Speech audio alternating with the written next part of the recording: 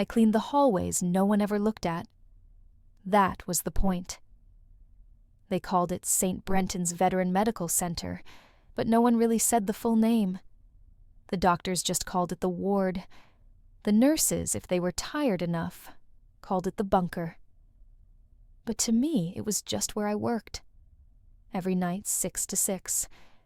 Mopping the same floors, passing the same flickering overhead lights, pretending I didn't see what I saw. I was the cleaner. Not housekeeping.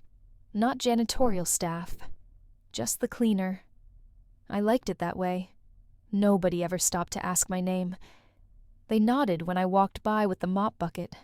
Maybe smiled if they weren't in a rush. Some nights I was invisible, even to the security cameras. That's not a metaphor. The old wings had blind spots. I used to know where every one of them was. 15 years of silence. Not just the quiet kind, but the type you grow into. The type that wraps around your ribs and settles deep inside your lungs, like fog that never leaves. I didn't talk about where I'd been. I didn't tell people I once held a scalpel, that I had medals, that my hands knew more about pressure points and blood volume than half the interns rushing around this place. That was another life. Now I wiped up spilled coffee and sometimes blood when a patient coded too fast for the staff to respond. I didn't flinch. I didn't ask questions. I just cleaned. I think I stayed because the building felt like penance. Not punishment exactly, but something like balance. Like if I kept pushing the mop down those sterile corridors long enough, the ghosts would stop trying to follow me home. They didn't, of course. There was one wing of the hospital where I never cleaned. ICU South. Technically, it wasn't off limits, but nobody sent me there, and I never volunteered. Not since that night. That wing had too much light, too many machines, too much noise pretending to be life. I preferred the older sections where the paint peeled a little, and the vents hummed in a low, broken rhythm. The kind of sound that reminded you were still here. No one really notices you when you're a cleaner. That's what made it perfect. I could disappear every night on purpose. No more choices, no more risks. Just bleach and linoleum and silence. Until that night. Until I turned a corner and saw 3 men in military dress standing outside ICU South, flanked by 2 armed guards. Until the hallway that was always empty suddenly filled with tension you could taste. Until I saw the gurney being wheeled in fast, and the faces that came with it. And until I heard the name. Then I knew. The silence I'd built my life around for 15 years was about to shatter. You can always tell when a powerful man is dying because nobody wants to look directly at him. That night didn't smell like bleach. It smelled like rubber soles moving too fast across the waxed floor, like stress sweat and sterile adrenaline. The kind that clung to your skin even when you weren't the one being paged. I knew something was wrong the moment I stepped off the service elevator. Usually my floor was dead quiet at 2 a.m. Just soft beeps from monitors and the hum of vending machines no one used. But that night, every light in the hallway was on. Nurses moved in pairs, clipped and urgent. 2 orderlies were talking in low voices at the end of the corridor, and the security guard on duty wasn't asleep in his chair for once. He was standing. Not just standing alert, tense. Then I saw them. 3 men in dark suits and over-starched collars, standing outside ICU South. Not hospital staff. These were the other kind. The kind who never gave names, who only came around when someone very high up was dying. And they weren't alone. There were 2 uniformed officers military. One had a holstered sidearm, and the dead-eyed look of someone who'd seen too many last breaths. I stayed with my mop, pretended to refill my bucket from the janitor's closet, but my eyes kept drifting toward the ICU doors. You learn to read energy in hospitals. It's in the hands, the shoulders, the way people avoid eye contact. And everything about that hallway said the same thing. Something big was breaking. Then I caught a glimpse of the gurney. They wheeled it in through the South Wing service doors. 2 nurses at each side, and 1 trauma surgeon moving like the hallway owed him space. For a second, I didn't recognize the man on the stretcher. His face was swollen, oxygen mask on, skin gray like bad marble. But his hand, that was the tell. A large, weathered hand with a deep scar slicing down between thumb and forefinger. I'd stitched that wound once, a long time ago, in a different country under a tarp, while bullets cracked in the dirt. My grip tightened on the mop handle. They were calling him General Alden Shore, but I knew him by a different name. To them, he was a war hero, a strategist, a 4-star legend. To me, he was the man I saved when I still believed in saving people, the man who'd once looked me in the eye and promised, "I'll make sure you're protected." He didn't. And now, he was dying in the same hospital that had pretended I didn't exist for over a decade. The irony was so sharp I almost laughed. Instead, I leaned against the wall invisible again, watching them work, watching them panic, watching the machines fail one by one. It was happening too fast, and nobody knew what to do, except me. But I wasn't supposed to be here. I was supposed to be the cleaner. The man I pulled back from death once signed the papers that ended my life. They called him Alden Shore now, but that wasn't always his name. Back in Kandahar, the unit called him Iron Jack.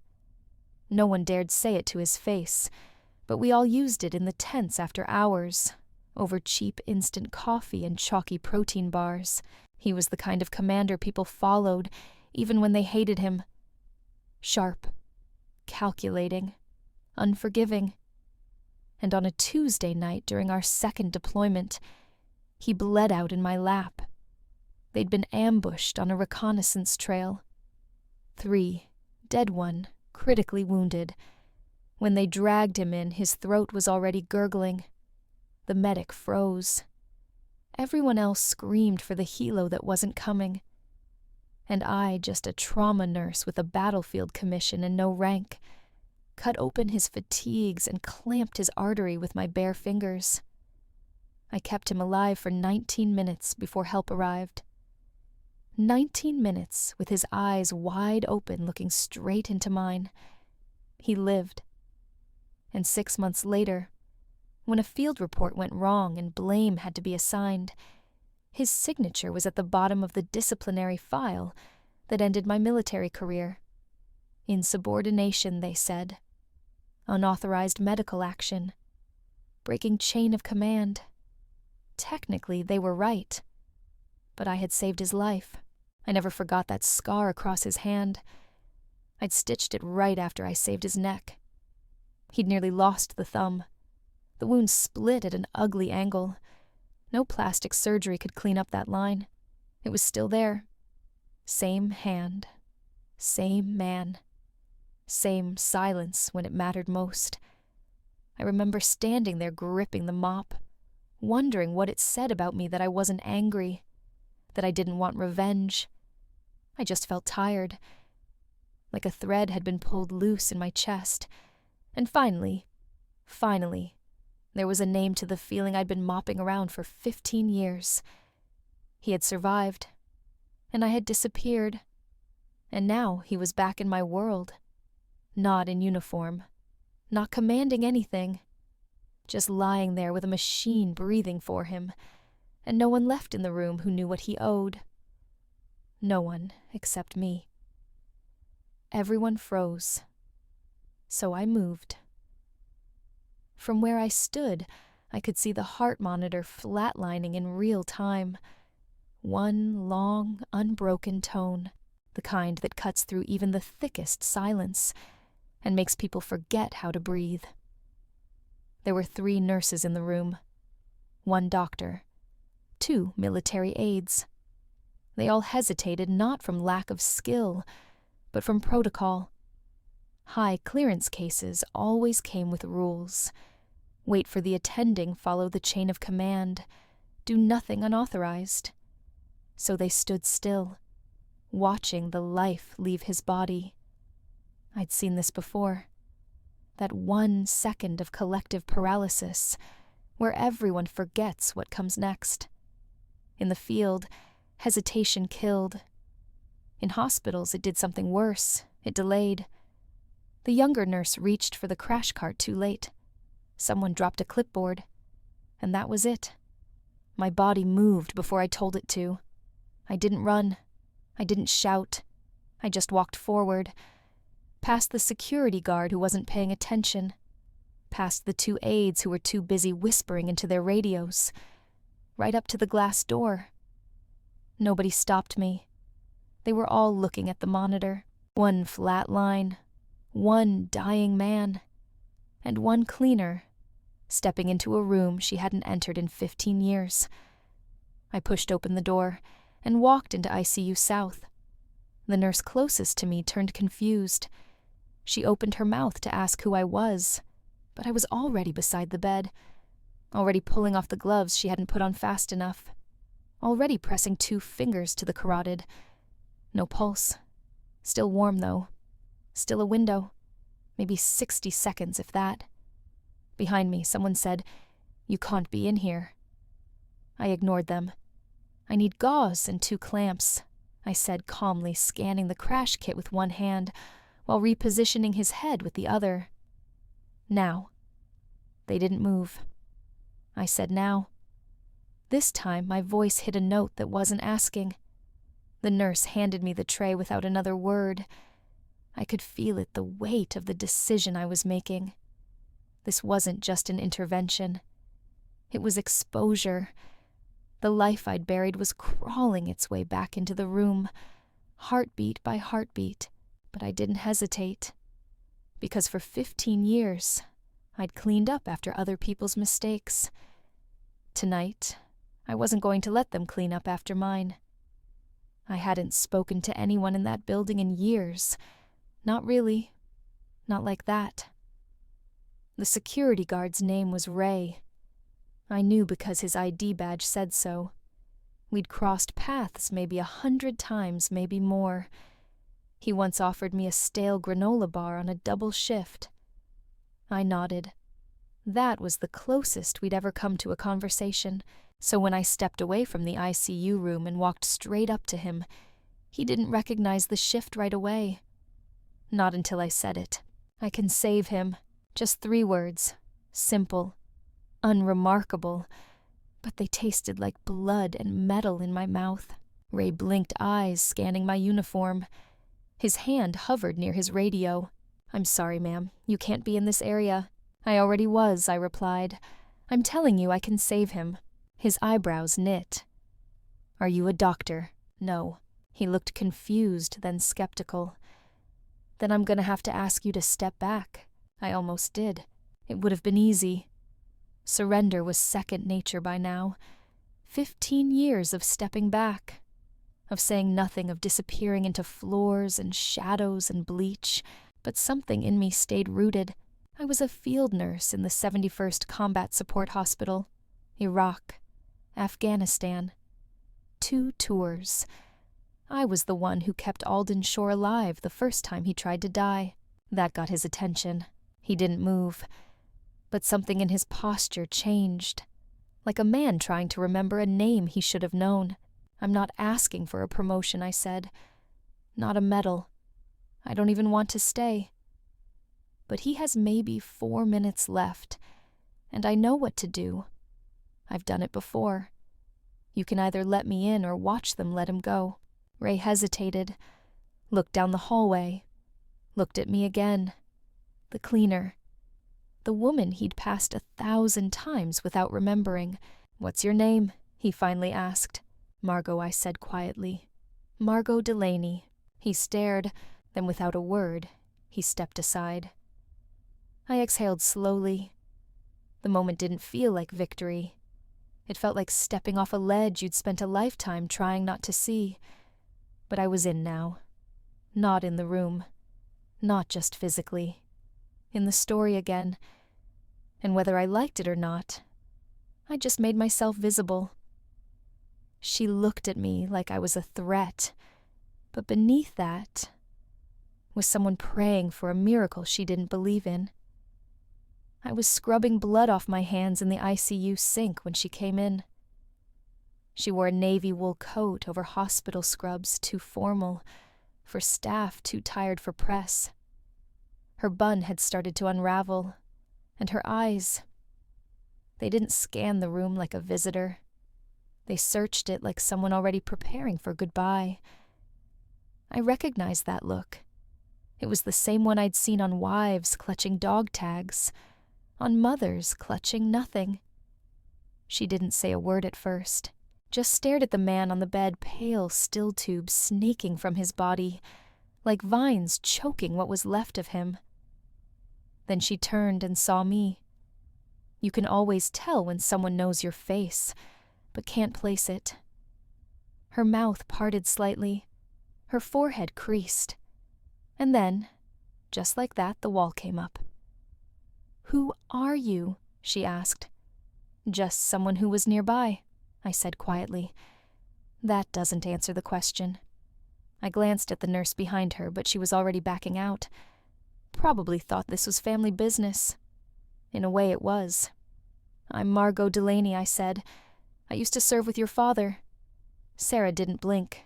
"Where Afghanistan? Kandahar base, 2010. Now her gaze narrowed. "You're not on any of his care teams?" "No." "Then why were you in his room?" I could have given her the whole story right then about the battlefield, about the arterial clamp, about the signature that cost me everything. But that wouldn't have helped her trust me, and I needed her to trust me. "Because I know what to do," I said simply. "He crashed. Everyone froze. I didn't." Silence. "Then so you just walked in?" "I didn't ask for permission." She crossed her arms, holding herself tight. "That's not how this works." "No," I agreed. "It's not. But it's why he's still breathing." Her lip twitched. Just a flicker. The mask of control slipped, and I saw the daughter beneath the uniform, the woman not ready to lose her father. "Why should I believe you?" "You don't have to," I said. "But if you don't, and he dies, you'll wonder for the rest of your life if you missed the one chance that mattered. That did it. Not a breakdown. Not tears. Just the smallest breath hitch in her chest." Her eyes dropped to the floor, and when she looked back at me, the suspicion hadn't vanished. But something else had cracked open underneath. Hope. Just enough to let me in. She had no reason to believe me. But sometimes reason is exactly what breaks us. Sarah didn't speak for a long time. She paced.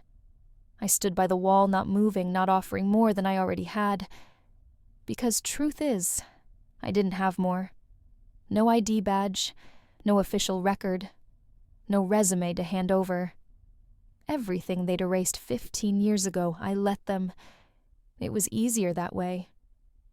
"You're asking me to gamble my father's life," Sarah finally said. "No," I replied softly. "I'm telling you the hand's already been dealt. I'm just the last card left to play." She stared at me as if trying to strip the uniform from my body with her eyes, as if peeling back layers would somehow reveal something clean, something certified, something explainable. But there was nothing. Only a woman in scuffed shoes' hands, still faintly shaking, heart thudding from holding on too long. "You said you served with him," she said, "that you saved him once." "I did." "Then why doesn't he remember you?" I exhaled through my nose. "Because he chose not to." She flinched. That hit somewhere. I didn't elaborate. There are some truths that sound petty when said out loud, some betrayals that only carry weight in silence. If I'd gone on told her about the investigation, the scapegoating the paper trail that vanished after a single signature, she would have shut down. So I left it at that. She turned her back, running a hand through her hair. Behind the door, the machines continued their rhythm. Beep, pulse, hiss, holding her father between worlds. I knew that sound. I'd listened to it the night my brother didn't make it. It's not loud. That's the trick. It's steady. Too steady. It lulls you into thinking there's still time.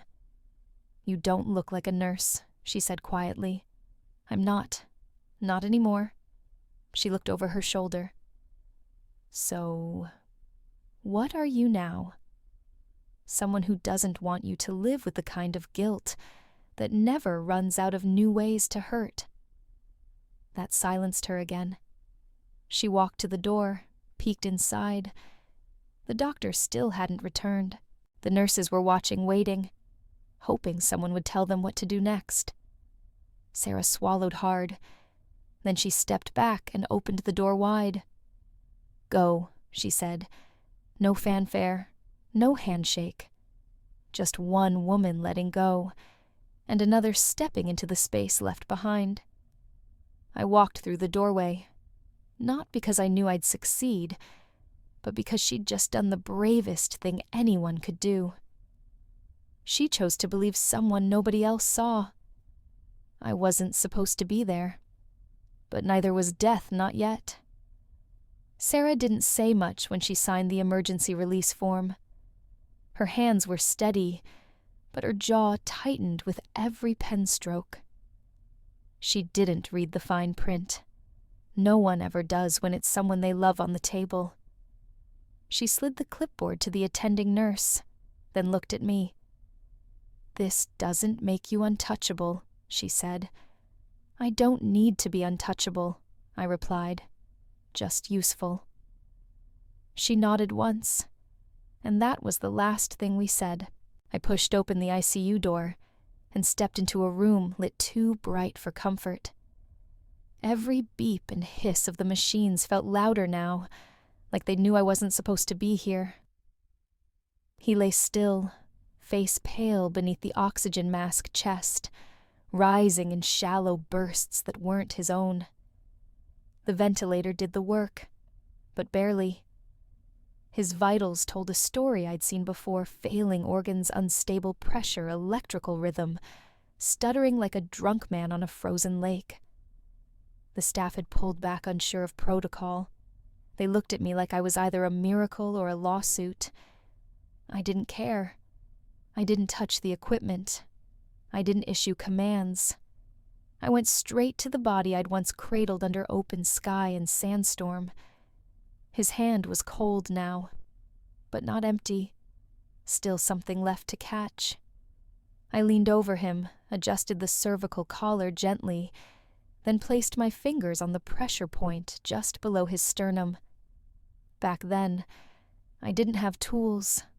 No crash cart, no guidance beyond instinct and experience, just adrenaline and dirt, and a sense that I would not lose someone else that day. That's who I was now. Not a surgeon, not a savior, just a woman who once stopped death with her hands. The nurse stepped closer. Do you need... No, I said. My fingers moved slowly, deliberately across his ribcage. I was feeling for something they didn't teach in textbooks feedback. Resistance. Subtle shifts in muscle and breath. What we called the silent fight in field medicine. Some people had it. Some didn't. Alden did. I remembered. Because I'd felt it before. That stubborn, grinding spark buried under tissue and trauma. I was counting on it still being there. The vitals dipped again.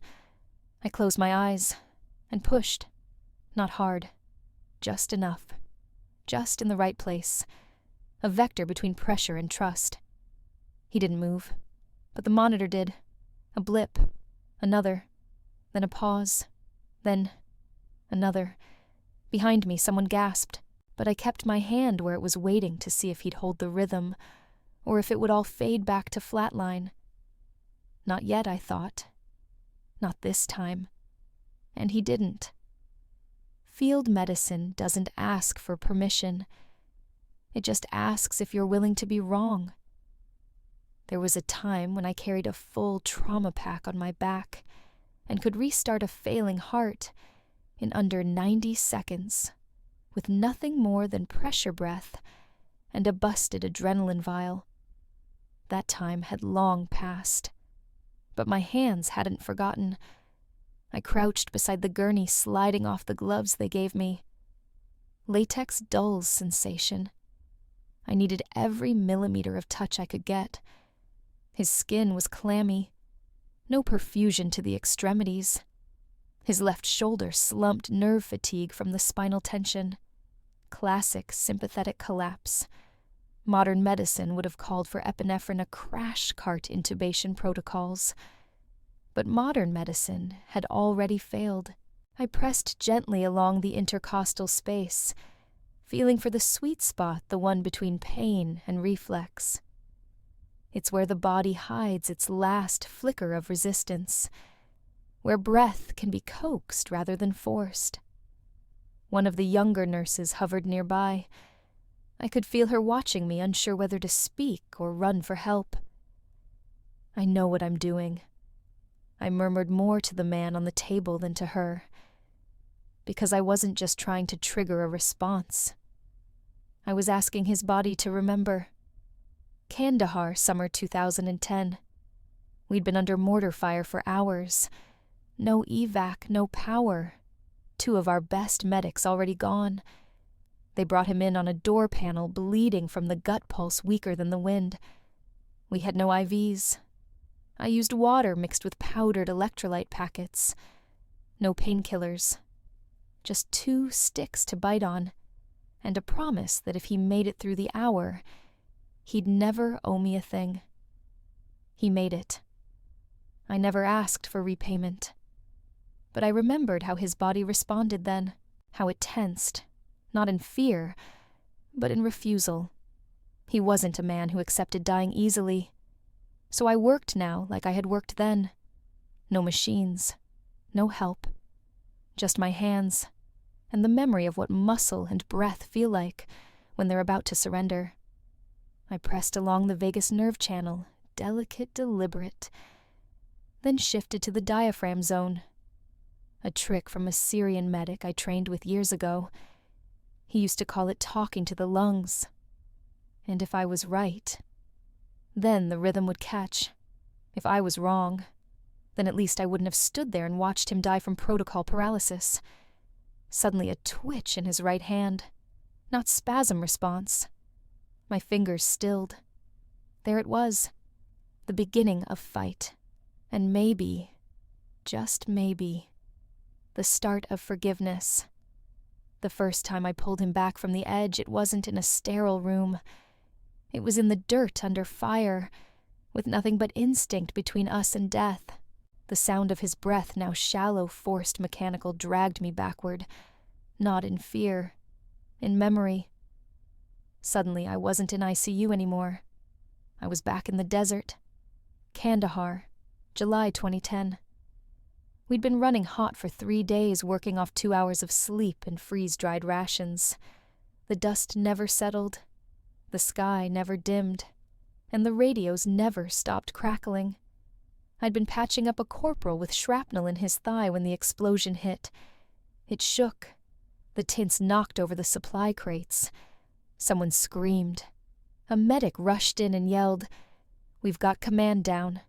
They brought him in on a makeshift stretcher, 2 planks and a tarp soaked in blood. I didn't recognize him at first. His helmet was gone. Uniform shredded. But the insignia was there. A general. Everyone backed away. Rank paralyzes people, even in chaos. They waited for orders. But I didn't. I dropped the tourniquet I'd been holding, slid to my knees beside him, and tore open what was left of his vest. Lower abdominal wound. Deep. Jagged. Bleeding fast. Too fast. Pulse barely. IV. None left. I didn't ask again. I rolled up my sleeves, grabbed the cautery rod we heated over a portable stove, and got to work. There was no morphine. No anesthesia. Just a man losing more blood than we could replace, and a field nurse willing to burn flesh to keep him here. He didn't scream. Didn't pass out either. He just stared at me, jaw-clenched hands gripping the dirt, and let me do what had to be done. I remember the sand turning black, where it soaked through his uniform. I remember yelling over the gunfire, telling the others to hold the tarp higher, to block the sun, because I couldn't see the wound clearly. I remember pressing my whole weight into his abdomen to slow the bleeding, not caring that my own hands were cramping, shaking blistered from heat and pressure. And I remember he lived. Barely. The chopper came 20 minutes later. They took him, didn't even ask my name.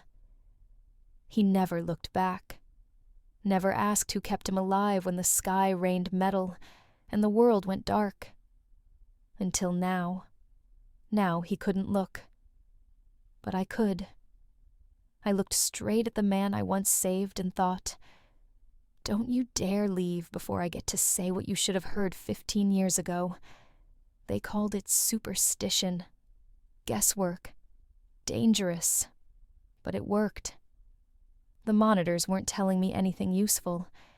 His vitals hovered at the edge enough to fool the machines, not enough to mean survival. The oxygen was flowing. The chart showed a barely registering pulse. But I knew that look. The body was preparing to let go. I'd seen it too many times in the field, how stillness pretends to be stability, right before everything crashes. The attending physician poked his head in, glanced at the readings, and gave the same nod they all do when they've already accepted the outcome. "Let us know if he goes," he told the nurse. Goes, like it was a meeting he might be late to. They didn't know what I was doing. I didn't tell them, because the thing I was about to try wasn't in their textbooks. I positioned my hands carefully left palm on the third rib, right fingers angled under the clavicle. It wasn't a resuscitation posture, not compression, not cardiac massage. It was something else. We used to call it transfer alignment, a pressure-based trigger pattern developed from a mix of old battlefield lore and nervous system mapping. Most doctors laughed at it. Some called it witchcraft. Others just said it was dangerous and unproven. But I'd used it. Twice. Both times when nothing else worked. Both times when the patient had already been given up on. It's not about shocking the heart. It's about speaking to the body in its own language, tapping into reflex arcs triggering buried survival responses, realigning breath and nerve under duress. I closed my eyes, breathed in, pushed gently just enough to tilt the axis of the rib toward the diaphragm using my fingers to lift the vagus node near the collarbone. He didn't move. Neither did the monitor. I adjusted the angle, re-centered, tried again. Still nothing. One of the nurses whispered behind me. I heard the word delusional. Maybe I was. But then beneath my left palm I felt it a faint catch. Not a beat. A resistance. Like the body flinching from the edge. I stayed with it. Pressed again. The monitor blinked once, then twice, then the faintest uptick in oxygen saturation. I didn't speak. Didn't move my hands. I just waited. It wasn't a miracle. It was muscle memory from his body and mine. The technique that got me blacklisted was bringing him back, and no one in the room knew what to call it. No applause, no recognition, just one breath, then another. The room held its breath, and then the monitor blinked. A single spike, then a pause, another spike. The tone changed. That long, dreadful flat line gave way to the slow, uncertain chirp of a pulse, reclaiming its rhythm. I didn't move. Not right away. You never trust the first signal.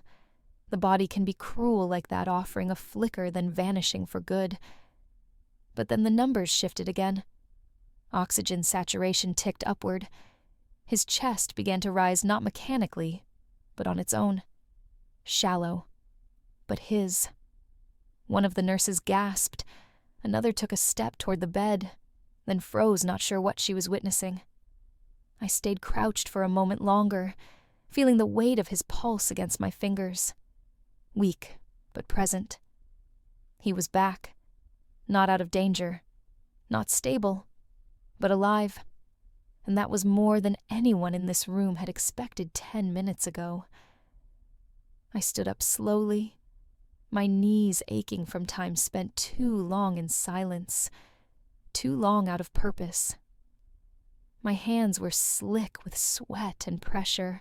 I peeled off the second pair of gloves I'd thrown on halfway through the process and tossed them in the biohazard bin without a word. No one stopped me. No one asked what I did. They didn't know what to say. They had watched something happen. They didn't understand. And in the absence of understanding, most people choose denial. I walked to the sink, washed my hands with the kind of care I used to teach fingertips, to wrist under the nails, no wasted motion. Then I dried them on a disposable towel and dropped it gently into the trash. Behind me, the machine kept chirping. He was breathing on his own. I didn't look back at him, not out of spite, not even out of pride. It just wasn't about me anymore. He was alive. That was the point. I opened the door and stepped into the hallway. Sarah was there, pacing, fists clenched, trying not to hope too hard. When she saw me, her mouth opened, but I didn't let her speak. "He's back," I said. Just that. Her eyes filled, but she nodded like a soldier receiving orders. I kept walking, past the nurses, past the security desk, back into the quiet part of the hospital where I belonged, because I wasn't here to reclaim anything. I came to return something that was never mine to keep. You can save a life and still leave the building unnoticed. That's the difference between being seen and being known. The morning shift was just starting when I clocked out. Same way I always did badge swipe, gray jacket, coffee breath in the hall. The new staff shuffled in, shoulders hunched against the fluorescent lights, and the weight of another 12-hour shift. No one looked up. No one stopped me. The hallway I walked through still smelled like bleach and overripe flowers. Someone must have left a sympathy bouquet by the wrong door. The petals were wilted, the water cloudy. I passed the front desk. The receptionist, a new girl with tired eyes and a chipped manicure, didn't glance up. I was just another night shadow disappearing at dawn. It used to bother me. 15 years of silence doesn't come without resentment. You learn to bury it deep under routines, under humility, under a mop handle, and a stack of folded linens. But this time, it didn't bother me. Because for once, I wasn't invisible to myself. I'd gone into that ICU room for reasons I couldn't even articulate.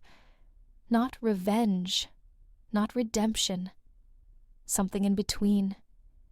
Maybe I just wanted to prove to me to no one that the fire hadn't gone out, that the hands still worked, that the instinct hadn't betrayed me. The automatic doors hissed open. Outside, the sky was barely pink, streaked with the cold gray of early spring. The wind scraped at my cheeks as I stepped out into the parking lot gravel, crunching beneath my boots. My car sat where it always did. Far corner. No shade. No camera. I got in. Didn't turn the key right away. Just sat there. Hands on the wheel. Staring through the windshield. The world looked the same. But I didn't. Not in a grand cinematic way. No triumphant music. No flash of realization. Just a quiet shift. Like something had settled. Like a part of me had been waiting 15 years to breathe. I exhaled, started the engine, and drove away. No one waved. No one asked where I'd been. But for the first time in a very long time, I didn't feel like I was running from anything. You'd think saving a life would leave a trail. It didn't. She vanished like she was never there. I stayed by my father's side for 12 hours after his vitals stabilized. He didn't wake, but his color returned. His breathing held steady, and the cardiologist, once cold and detached, now whispered updates like prayers. No one could explain the turnaround. Spontaneous autonomic correction, one doctor said. Lucky timing, another offered. But I'd seen it. I saw the woman place her hands where no textbook told her to. I saw the monitor blink back to life the moment she touched him.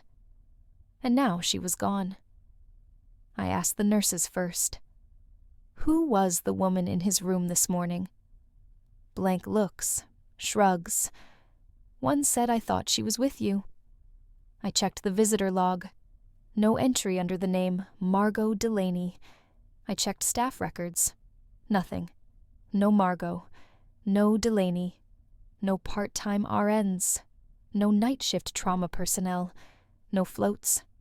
I pulled aside the janitorial lead, an older man named Carl, who'd been working there longer than me. Do we have a cleaner named Margo? I asked. He scratched his head. We have a lot of folks come and go, he said. No one by that name lately, far as I remember. I checked the security footage. Most of it was missing. Corrupted timestamp, the report said. Glitch in the backup system. I stared at the blank spaces where she should have been. The hallway outside ICU South. The service corridor. The main exit. All blind. Like she never existed. But I knew she had. There was no mistaking the way she moved, like someone who didn't need permission to act. Like someone who'd already failed once and wouldn't let it happen again. I found the gloves she'd used tossed into the biohazard bin, but no fingerprints, no DNA run possible without a formal request, and I knew how that would go. No chain of custody, no reason to dig. Besides, they wouldn't understand. To them, she was a ghost. To me, she was the one person who had done something when everyone else froze. And I had let her walk away. Part of me wanted to scream, to storm into administration and demand they find her, recognize her, reinstate her, whatever she had lost. But another part, the part that had seen death up close, understood. Some people don't want to be found. Some people don't come to stay. They come to do the one thing no one else can, and then disappear before the world remembers how much it needs them. The past has a way of resurfacing, sometimes not in memory, but in proof you thought you'd buried. I was rummaging through my father's duffel bag when I found it. Not the leather one he took to meetings, or the regulation satchel marked property of U.S. Army. No, this was different. Older, scuffed, smelled like cedar and dust, buried beneath extra clothes and unused razor blades. The zipper creaked when I opened it. Inside were bits of a man he'd never shared with me. A metal compass with initials etched on the back. A faded notebook filled with coordinates and dates, and tucked between 2 pages a photograph. It wasn't glossy. Matte paper yellowed edges, corners curling. I almost overlooked it. Then I turned it over, and there she was, covered in sweat arms, bare sleeves rolled up and soaked in blood. Her hands were mid-action pressing gauze into a torn abdomen, kneeling in the dirt beside a soldier whose face was half shadowed by the angle. But not too shadowed. I knew that jawline, that grimace. It was my father. You could see the pain on his face, and you could see something else in hers focus, not panic. The look of someone who had done this before, and would do it again if needed. The patch on her vest read Delaney. I turned the photo over. In my father's handwriting, sharp blocky letters, Kandahar, 10. She kept me breathing. I sat down. For a long time, I just held the photo in my lap, letting the silence fill the space between then and now. He'd kept it. All these years. Hidden, maybe, but not thrown away. Not forgotten. He remembered. He remembered everything. And yet, he let her vanish. I stood and walked back into the hospital room. My father was still asleep, but his breathing was easier now. More natural. His fingers twitched slightly on the blanket. I sat beside him, laid the photo on the tray near his hand, and waited. Minutes passed. Then his eyes opened sluggish, heavy, but aware. He saw me, then saw the photo. His gaze locked on it like something clicked inside him. A long breath escaped his lips. His voice was gravel. And Jess, Margo. Just one word, but it was enough. I was good at disappearing, but that morning for the first time I didn't want to. I didn't go straight home. I parked by the old pier, the one behind the shipping yard, where no one came, unless they were lost or wanted to be. I'd been coming here since the discharge, 15 years of sitting in the same dented car, watching the same gulls fight over trash, waiting for the day the weight would lift. It never did.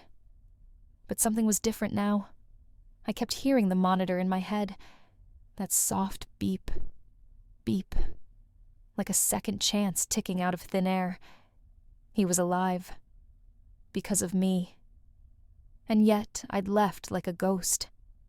Old habits die hard. My whole life since the court-martial had been about staying out of sight. No attachments. No explanations. Even my job title was designed for invisibility. Cleaner. I liked it that way. At least I used to. But now, I wasn't so sure. There was a knock at the window. Just the wind, probably, but it startled me. I stared at my own reflection in the glass. Same tired face. Same creases at the mouth that never used to be there. But the eyes, they weren't the same. They looked called. I remembered Sarah's face. The way she said nothing but everything at once. The desperation, the disbelief. And finally, the trust. She'd opened the door. And I'd slipped out before anyone could ask me to stay. I thought that was strength. Now it felt like fear. I'd walked out of that hospital thinking I was doing what I always did, cleaning up and moving on. But I wasn't just leaving a job. I was walking away from the last thread that still connected me to who I used to be. And maybe I couldn't outrun that anymore. Maybe I wasn't supposed to. I started the engine, drove 2 blocks, pulled over again. Something in my chest ached, not from regret, not even from guilt. It was recognition. Like for the first time in a long time, someone had looked at me and not seen a stain to scrub out. But a person worth asking back in. And that terrified me more than war ever had. I saved him once, and they punished me for it. People think getting kicked out of the military comes with noise courtrooms shouting headlines. Mine came with a folder and a locked door. No ceremony, no argument, just a signature and silence. It happened 3 weeks after I saved his life. At Kandahar base, everything was quiet again. The wounds were healing his, and the missions, and I was back in the makeshift infirmary, stitching up sprained ankles in dehydration cases. Then, I got called in. They said I violated protocol, that I performed a high-risk, unauthorized medical intervention without clearance from ranking command. I said, there was no ranking command in that tent. There was no one else. They nodded. Didn't argue. Didn't deny that I'd saved his life. But still, the papers came. Dishonorable, I asked. No, they said. Administrative discharge. Quiet. Why quiet? Because the man you saved can't afford to admit he was down. That's what it came down to. Image. They couldn't write into the record that a field nurse broke the chain of command to stop a 4-star general from bleeding out under enemy fire. So they buried it, and me with it. I didn't even get a hearing, just a plane ticket home and a warning. Don't make noise. I didn't. I disappeared into civilian life the way I'd learned to do everything else efficiently, invisibly. I got certified for custodial work, took night shifts, stayed out of the way. 15 years. 15 years of watching people try and fail to save lives, knowing I could have helped, but not daring to touch. Because the one time I did, it cost me everything. Sometimes I still hear the words they used: reckless, insubordinate, uncontrolled. But I also hear the sound of his pulse returning under my hands. I hear the wheeze of breath he took that wasn't supposed to come. I hear the chopper blades overhead that day, when they finally lifted him out alive, because I made a call no one else dared to make. So, yeah, I broke protocol, and I'd do it again. Because that's what medicine in war is. It's not clean, it's not polite. It's you and death in a staring match and no time to wait for clearance. This time, there were no bullets, no dirt, no fire, but it felt exactly the same, and I didn't flinch. They said I was reckless, but the truth is, I kept my mouth shut to protect someone else. The part that still wakes me up sometimes. It wasn't the blood, or the sound of his breathing failing under my hands.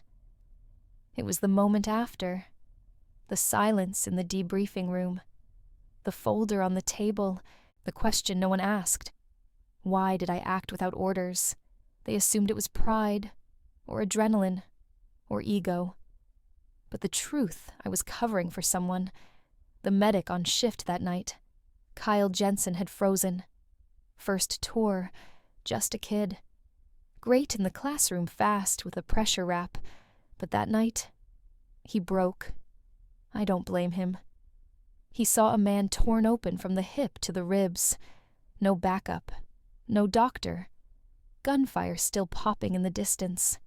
And he froze. He dropped the kit. He backed into the corner of the tent and muttered, I can't. I could have said something later. Told command he panicked. Shifted blame where it belonged. But he had 6 more months in country. A wife back home pregnant with twins. And if they'd branded him unstable, he'd be sent back in disgrace. No pension, no career. So I said nothing. Took full responsibility for the field procedure. Didn't mention Kyle. Didn't mention the miscommunication that delayed the medevac team. Didn't mention that no one else was even willing to put hands on the general until I did. I thought they'd see the outcome and weigh it against the rule I broke.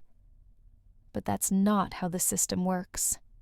The higher the rank, the quieter the truth. They wrote me out like a clerical error. No trial, no statement, just a signature. I kept Kyle's name clean. He stayed in, got promoted. We haven't spoken since. I don't think he even knows what I gave up for him, and I don't need him to. That's not why I did it. But sometimes when I walk past certain rooms in the hospital ones, where a new nurse stares too long at a crash cart, where someone hesitates at the edge of a decision, I feel the weight of that night again. The moment when I chose loyalty over justice, and justice never came, until now. And even then, it didn't knock on my door. It flatlined, and I walked in again. He didn't remember my face, but he signed the line that erased my name. He was sitting up in the hospital bed when I walked in again. His skin had color now. The oxygen mask was gone. The machines were quieter. He looked less like a dying man, more like a general recovering from another war. Only this time, the battle wasn't on the outside. He looked at me for a long time, like someone staring at a scar they forgot they had. "Margo," he said slowly. I nodded. "I remember you." I didn't respond, not because I didn't believe him, but because I didn't know what to do with it now. He cleared his throat, wincing slightly. "You were there. Kandahar. You saved my life." "Yes," I said, "and then you signed the discharge papers that took mine apart." He flinched just slightly, like a man hit with a truth he'd managed to dodge for years. "I didn't. It wasn't personal," he said. "I know. I didn't write the report, but you approved it." He looked down at his hands, old, weathered, the same hands that had gripped a weapon, written commendations, ordered airstrikes, and signed off on a decision that cost me everything. There was pressure, he said. Media. Command. They couldn't afford the optics of a general almost dying in a tent, with no proper chain of care. "So you let them erase me." He didn't answer that, and he didn't need to, because silence was its own confession. After a moment he looked up again, eyes glassy, not from tears, but from something worse, recognition. "You were the only one who moved. Everyone else froze, including me." I didn't correct him. He wasn't frozen that night. He was bleeding out, vulnerable in a way that terrified him then, and probably still did now. "I was told you acted out of line, that you overstepped." "I did," I said, "but I saved your life anyway." He nodded slowly. "They told me you'd be fine, that you'd find something else." I smiled at that, not kindly. I found a mop. He closed his eyes, let out a slow breath that felt heavier than any apology. I should have said something. "You still can," I said. "Not for me. I've learned to live in the dark. But there are others like me. People who act before asking. People who care more about the patient than the paperwork." He looked at me, and this time I saw it not guilt, but grief. Not for what happened. For the 15 years, he didn't have the courage to face it. I let him go a long time ago. What I haven't done is let myself breathe. I found Sarah in the hallway. She'd been standing by the vending machine, hands in the pockets of her coat, eyes unfocused. When she saw me, she didn't flinch. Just gave a small nod, like she'd been waiting. He told me everything she said. I nodded. I figured. There was a long pause. "I didn't know any of it," she added. "About what happened. About what you did. What he didn't. I know. I think. He's sorry. He should be," I said, then softer. "But that doesn't change what happened." Sarah looked down. "I don't think he knows how to ask for forgiveness. That's the thing," I said quietly. "He doesn't need to." She looked up at me, startled. I met her eyes. I already forgave him. Years ago. Maybe not with words, but inside. "Then why?" She started, then stopped. "You want to know why I'm still angry," I said. "Why I still walk like someone who's hiding from her own shadow." She didn't speak, because I never forgave myself. That landed heavy. I could see it hit her not with sympathy, but with recognition. That quiet ache of someone who knows what it's like to live with guilt, that doesn't wear a name. "I broke a rule," I said. "And yes, I saved a life. But the part that haunts me isn't the punishment. It's the silence that followed. The way I let them take everything from me, and never once fought back." Sarah stepped closer, You did fight, she said. Just not in the way people expect. I let that sit. For 15 years, I told myself I was keeping my head down, being strong. But really, I was punishing myself for not being stronger, louder, bolder when it mattered. Forgiving him was easy. Forgiving the woman who didn't defend herself. That's harder. But maybe this was the start. Maybe stepping back into the room, back into the fight, back into the truth. Maybe that was the first swing I'd taken in years, and maybe it didn't need to be perfect. It just needed to be honest.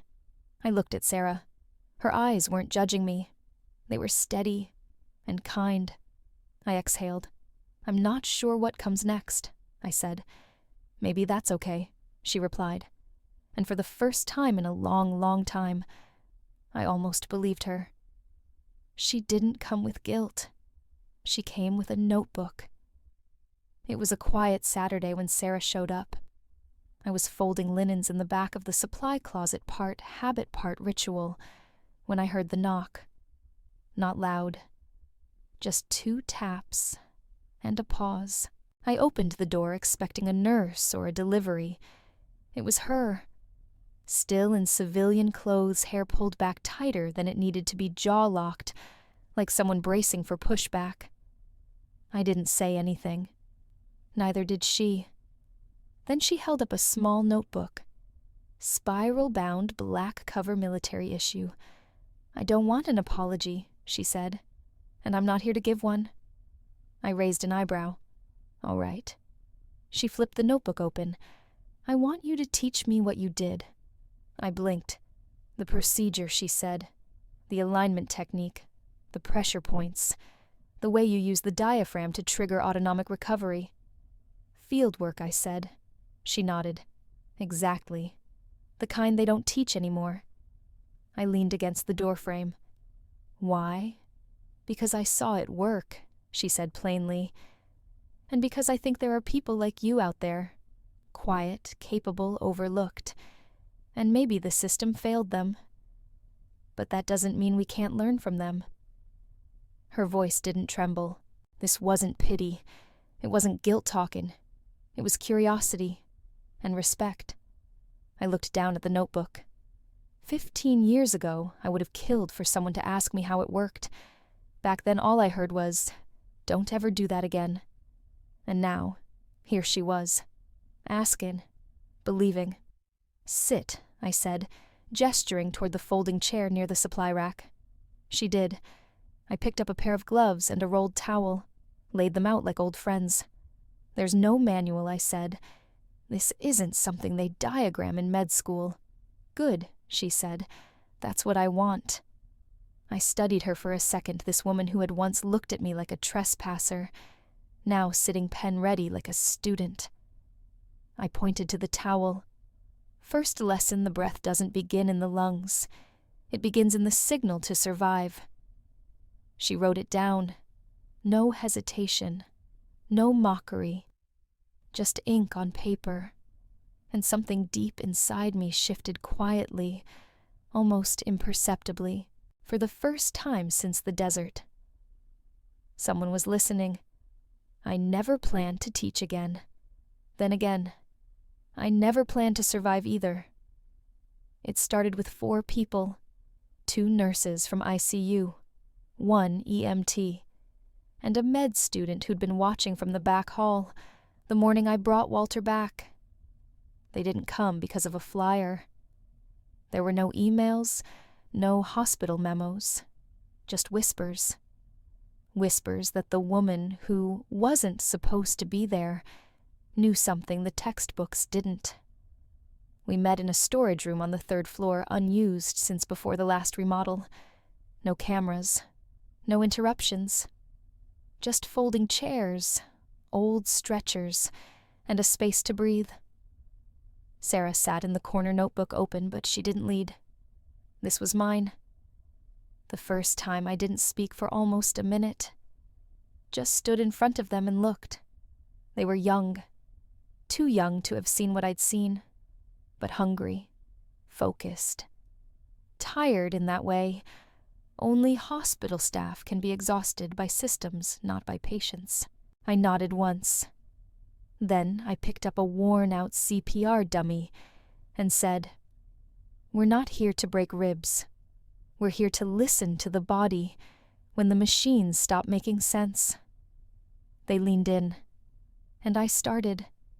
I showed them how to read muscle tension the way you'd read a heartbeat, how the skin temperature around the clavicle can warn of neuroshock, how to place 2 fingers beneath the 3rd rib, not for pressure, but for response.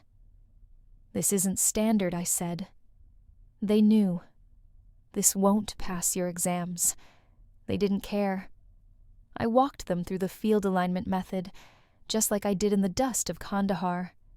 Except this time, no explosions, no bleeding, just the weight of my voice and the sound of pens scratching paper.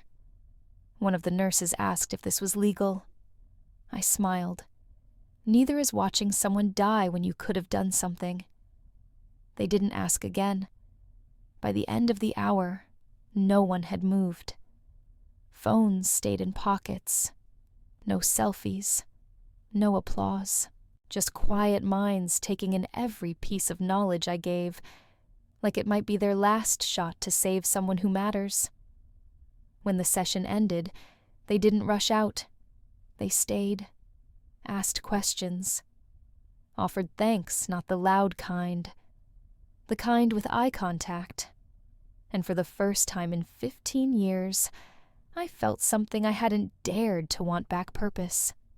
Not the kind with medals, the kind that shows up in other people's hands when yours are too tired to keep going. It was supposed to stay in the room, but the truth has a way of leaking out, especially when the world's been starving for something real. The video was only 8 minutes long. Sarah had filmed it quietly, just her phone resting against a box of gauze, half obscured by a stack of folders. You couldn't even see my face clearly, but you could hear me. My voice explaining the rib point alignment. My hands moving slow and deliberate over a practice dummy. My words, "When nothing else works, this still might." She didn't mean to post it. Not at first. But one of the young nurses had a brother in New York. Trauma unit. He saw the clip while scrolling on his break. Thought it was interesting. Shared it in a closed paramedic group. From there it spread. Fast. Within 72 hours, it had been reposted over 40,000 times. EMT forums, underground Reddit, threads of few obscure Substack newsletters. And then the real thing hit a journalist from Medvox. An investigative health news outlet published a piece titled, "The Silent Hands Behind General Kincaid's Recovery." It didn't name me, but it didn't have to. The article dug into hospital records, noted the inconsistencies, the missing logs, the security footage malfunction. It quoted unnamed staff who remembered a woman in janitorial blues stepping into ICU just before the vitals turned around. One anonymous quote hit harder than the rest. She wasn't on the schedule, but she knew exactly what to do, like she'd done it 100 times before. Suddenly the question wasn't just medical, it was political. Who saved General Walter Kincaid's life? And why isn't her name on the report?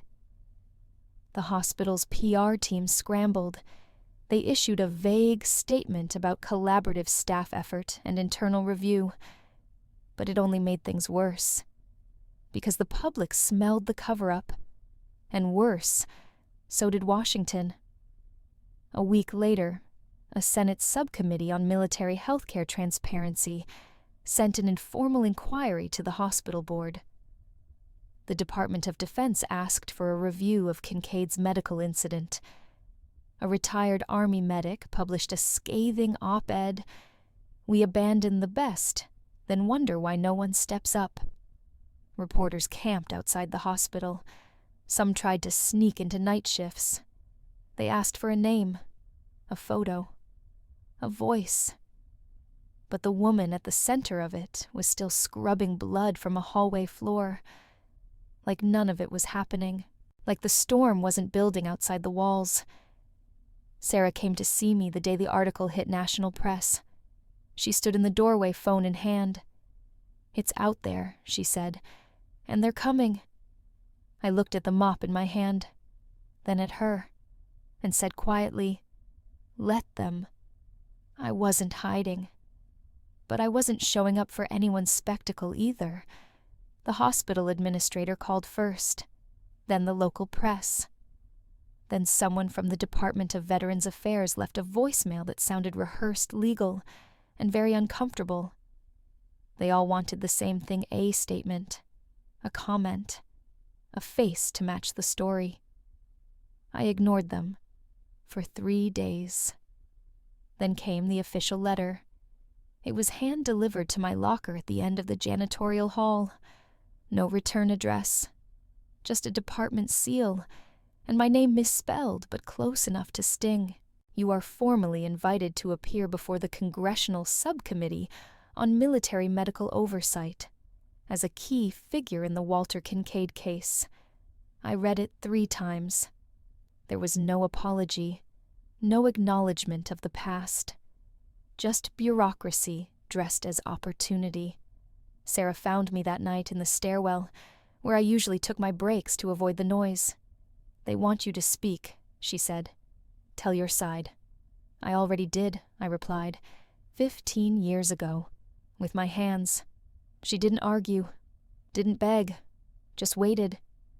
I folded the letter carefully, tucked it into my coat pocket, and looked her in the eye. "I won't sit under those lights like some hidden witness they just discovered in a closet," I said. "Not unless he's the one who asks." "Walter," she asked, though she knew the answer. I nodded. He let me take the fall in silence. If he wants me to break it now, he needs to do the same. Sarah swallowed hard. "He's not the man he used to be." "Neither am I," I said. "But dignity doesn't expire. And mine's been collecting dust long enough." She didn't try to convince me after that, because she understood. It wasn't about revenge. It was about being seen not by the world, not by the headlines, but by the one person who for years looked the other way. The program said I'd speak, but no one asked if I'd show up. It was Memorial Day, the kind of morning where flags hung a little heavier, and the sky tried too hard to look solemn. The ceremony was held at Arlington. Big stage, folded chairs, a sea of dress uniforms and polished shoes. Walter Kincaid sat front row chest, full of medals that no longer shone the way they used to. His face looked older now, not just from time, but from reckoning. He wasn't the man who signed my name off a record. He was the man waiting to see if I'd walk out and sit behind a microphone. The press was everywhere. Cameras, long lenses, notebooks. Looking for the mystery woman who brought a 4-star general back from the edge. I wasn't a mystery. I was just tired. My name had been added to the program 3 days prior without my permission. Just one line buried near the bottom. Closing remarks. Margo Delaney, former field medic, U.S. Army. No rank. No title. Just a name finally written in ink. Sarah had called me the night before. "They'll clear a path if you want it," she said. "And if not, they'll move on. But this time, it'll be on your terms." I'd told her I'd think about it. And I did. Right up until my boots hit the edge of the marble stairs that morning. I stood just outside the tent, where the speakers gathered, watching the rows fill, watching faces I didn't know, pretend they understood who we'd lost. Not just soldiers, but the ones like me. The ones who served, then vanished in silence. The MC cleared his throat and began the ceremony. The national anthem. A wreath. 2 names read aloud I hadn't heard since Kandahar. I saw Walter shift in his seat, adjusting the cane he refused to use unless he had to. His eyes scanned the stage once, then again, looking for a ghost. I stayed where I was, hidden in plain sight, not out of fear, not out of doubt.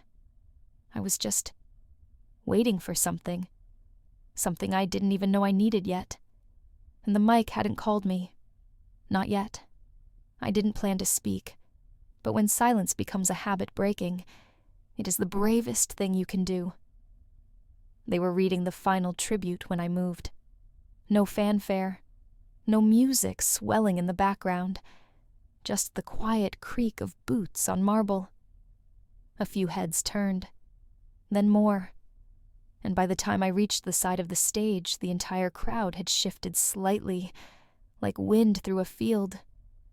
The coordinator looked at me confused, almost panicked. I nodded once. "It's all right," I said. "I'm supposed to be here." He stepped aside. I walked to the podium. No cue card, no speech, just breath.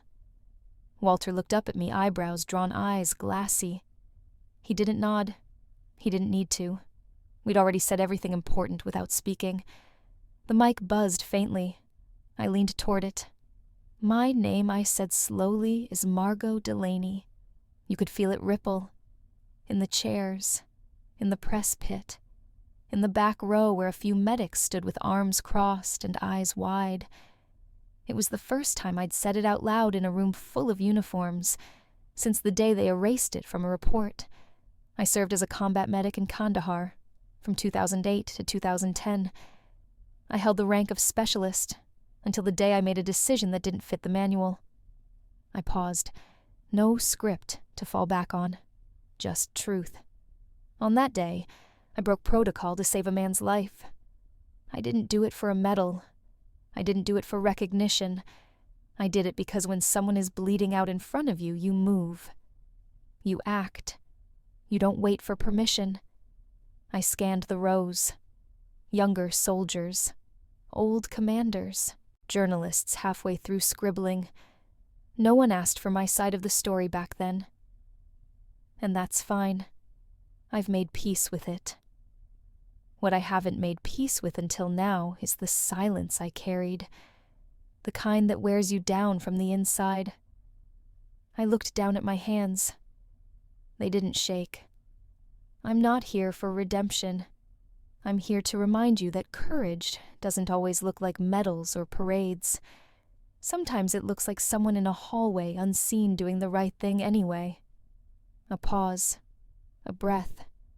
Then, I'm not asking you to rewrite history. I'm asking you to stop burying the people who made it. I stepped back from the mic. No applause. Just silence. The kind that said we heard you. And for the first time in 15 years, I didn't feel invisible. I felt whole. I didn't come to clear my name. I came to give it back to myself. The silence held for a moment longer after I stepped away from the mic. But I didn't sit. Something inside said I wasn't done, so I turned back. This time, no script. Just the memory I'd been carrying like a stone in my chest for 15 years. There was a night in Kandahar, I said. A recon unit was ambushed. 4 injured. 1 critical. The critical was a high-ranking officer, someone many of you know by name. A few heads tilted. Everyone already knew who. They brought him into the med tent. There was chaos. There was blood. There was no one giving orders. The medic on duty froze. The chopper wasn't coming. I swallowed. I didn't outrank anyone. I wasn't cleared for trauma command. But I looked at that man, bleeding eyes wide, and I moved. I looked down, then back up. I applied field stabilization using a method not listed in any manual. I did it because I had seen it work before, because doing nothing would have meant his death. I paused. They say I disobeyed. I say I acted. No fire in my voice. No bitterness. Just weight. Just truth. I didn't name the medic who froze. I didn't tell them about the delay in dispatch. I didn't explain that the real failure that night wasn't me. It was fear. I kept quiet because I believed protecting the system meant something. A breath. And for that silence, I was dismissed. No trial. No inquiry. Just gone. I let the truth sit in the air. I'm not sharing this now because I want sympathy. I'm sharing it because for too long, stories like mine disappear. They dissolve into hallway gossip or get redacted from reports. I scanned the crowd again. This isn't just about me. This is about every nurse, medic, cleaner, and corpsman who moved when no one else did, and was told later they shouldn't have.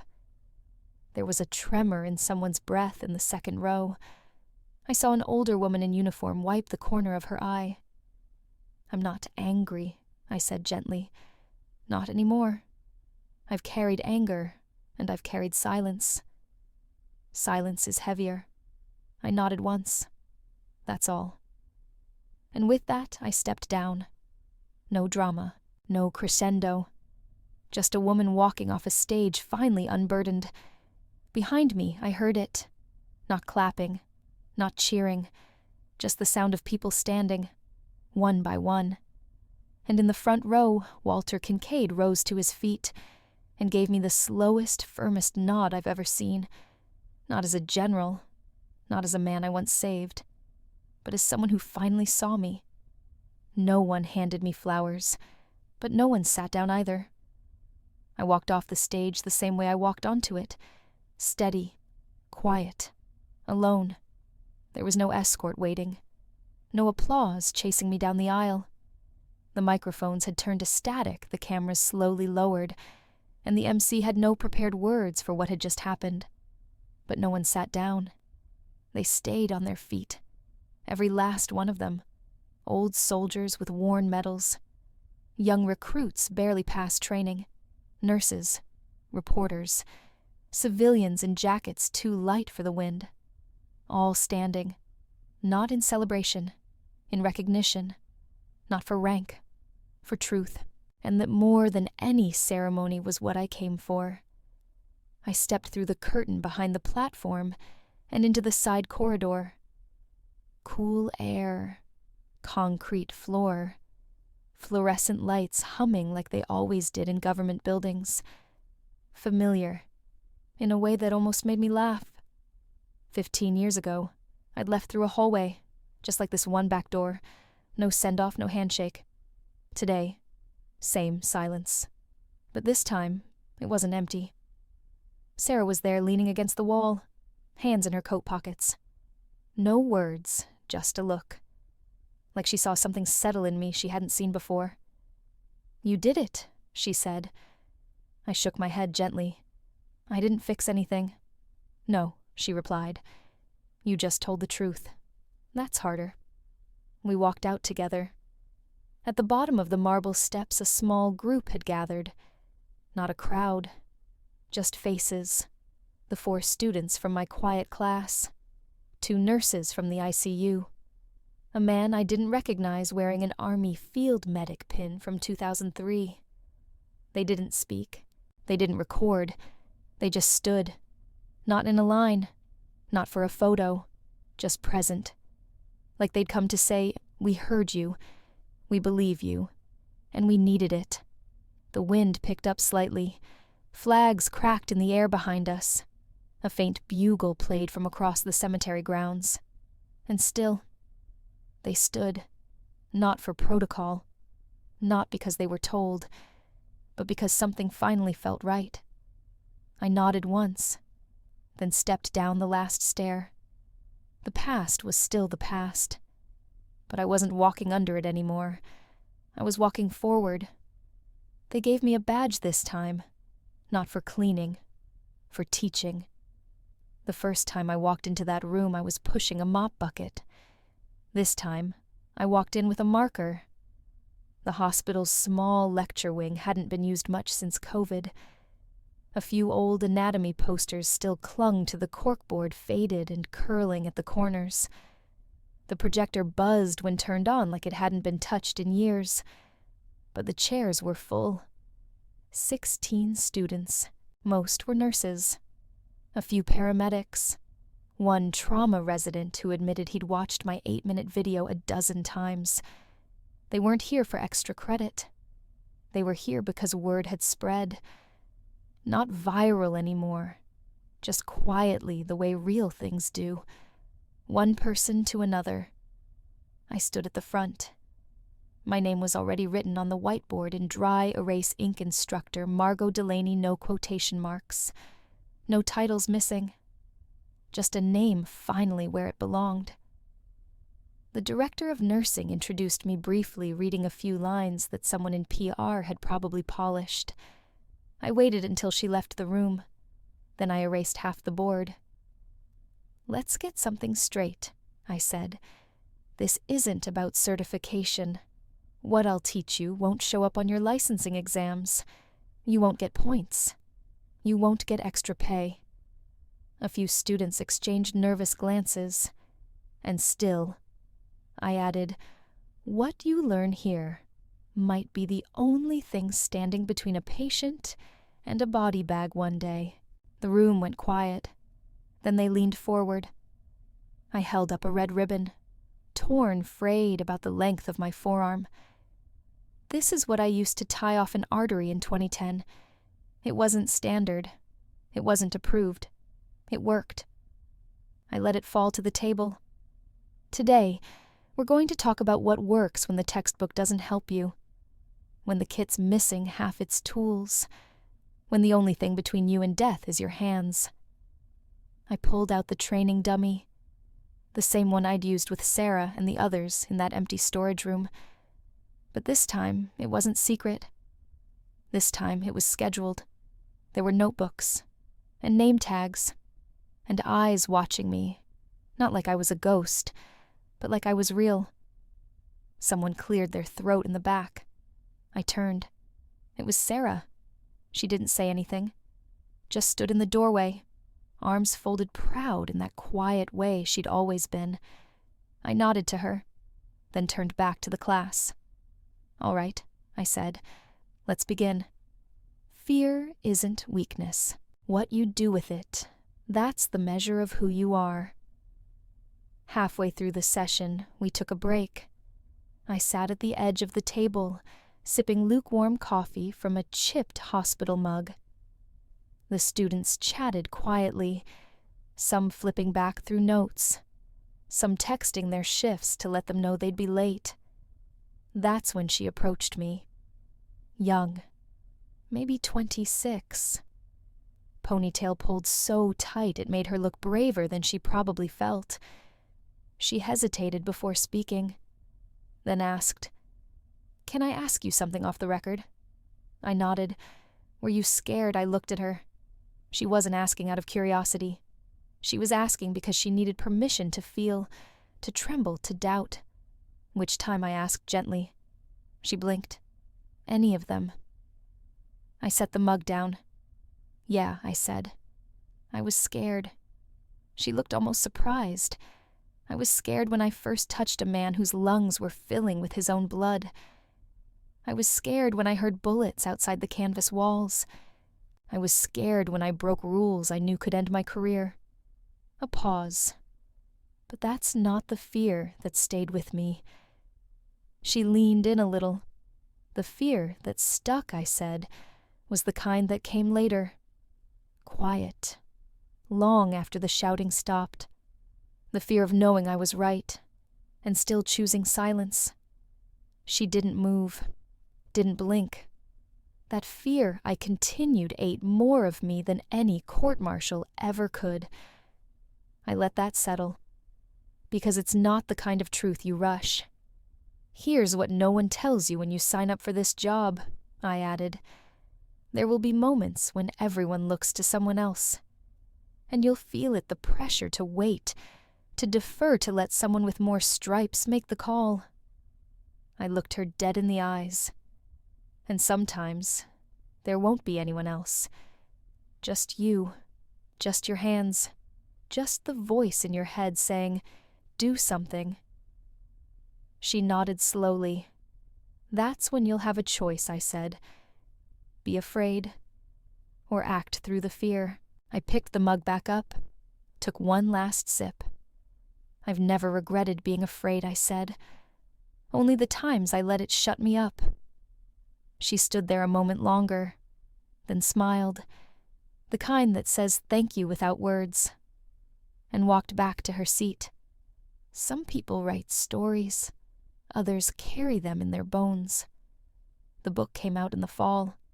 Hardcover, midnight blue dust jacket, a photo of a medical field tent in low light blurred just enough to look symbolic.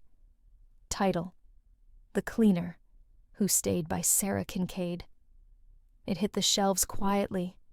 No splashy interviews, no movie deal announcements, just a few well-placed reviews in medical journals and veteran newsletters. But word traveled, because the story wasn't just about war. It was about one woman who disappeared and chose one day to step back into the light. They sent me a copy, wrapped in brown paper, no return label. Sarah had signed the inside cover in simple pen, "For Margo." The world may have forgotten, but I didn't. S.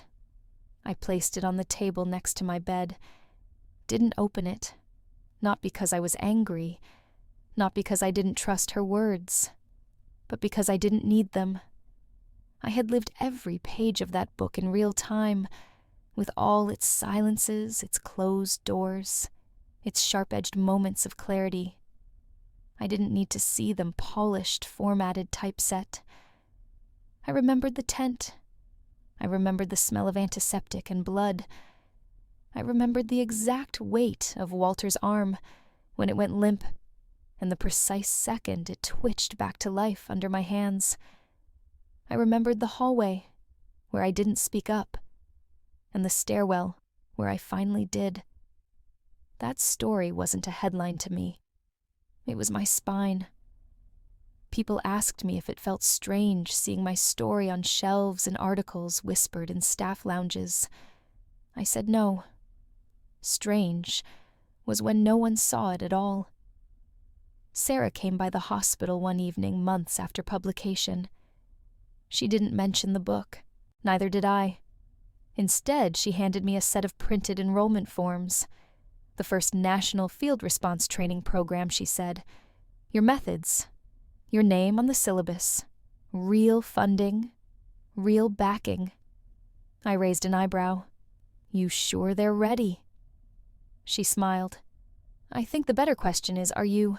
I looked down at the papers. My name wasn't missing this time. It was at the top. Black ink, bold font. No footnotes, no asterisks. Maybe I'll teach, I said. She nodded. Maybe you already are. And with that, she was gone. I walked back to my small office, past the ICU I once snuck into when no one was looking. This time I paused, peeked through the glass. Inside, a new nurse adjusted a ventilator. Calm, focused, hands steady. She saw me, gave a nod. Not of recognition exactly, but of something better. Respect. No statue, no plaque, just a photo and the truth scribbled in ink. The hallway near the staff break room had always been forgettable. Flickering lights, beige paint, a vending machine that only took singles if you ironed them flat first. But someone had started hanging photos there, snapshots of hospital life. No captions, just moments. One showed a surgeon asleep in a chair, head tilted back. Another, a nurse tying a child's shoelaces in the ER. And then there was mine. I didn't know they had taken it. It was old, probably 10, maybe 12 years ago. I was pushing the mop cart past ICU, one hand on the handle, the other holding a small clipboard. No face shown, just my back, my boots, and the quiet shape of someone who belonged to the floor, more than to the system. Taped to the bottom corner of the frame, someone had scribbled in black marker, "She was here." Just that. No name, no title. But it stopped me in my tracks, because somehow that was enough. All those years I thought I was invisible. Someone had seen. Not just now. Back then. And not for the moment I saved a general or taught a course or stood at a podium, but for the ordinary, for showing up, for walking the halls, for being present when no one else was, a quiet legacy built in scuffed linoleum and silence. I stood there for a long moment letting it land. Then someone walked by, young orderly, maybe new, glanced at the photo, then at me. "That you?" he asked. I smiled. "Yeah." He looked again. "Cool." And kept walking. That was enough, too. Later that week, I received a letter in my office mailbox. No return address. Inside was a short, handwritten note. "I used your method. It worked. I didn't panic. I remembered where you said to place my hand. He lived. Thank you. Nurse C, Arkansas. No spotlight. No stage. Just another life extended. Just another whisper through the hallways." I folded the letter, slipped it into my coat pocket, and went back to work. Somewhere someone was about to need someone like me, and this time they wouldn't have to look far. Because now I was no longer invisible. I was written in.